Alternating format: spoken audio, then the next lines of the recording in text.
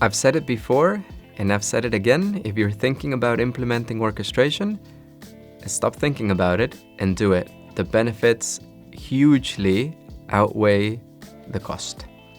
Understanding what your team had to do yesterday, if they were able to complete everything that they had to do yesterday, and what they have to do today, and if they're going to be able to complete everything that they have to do today, creates a high-performing team.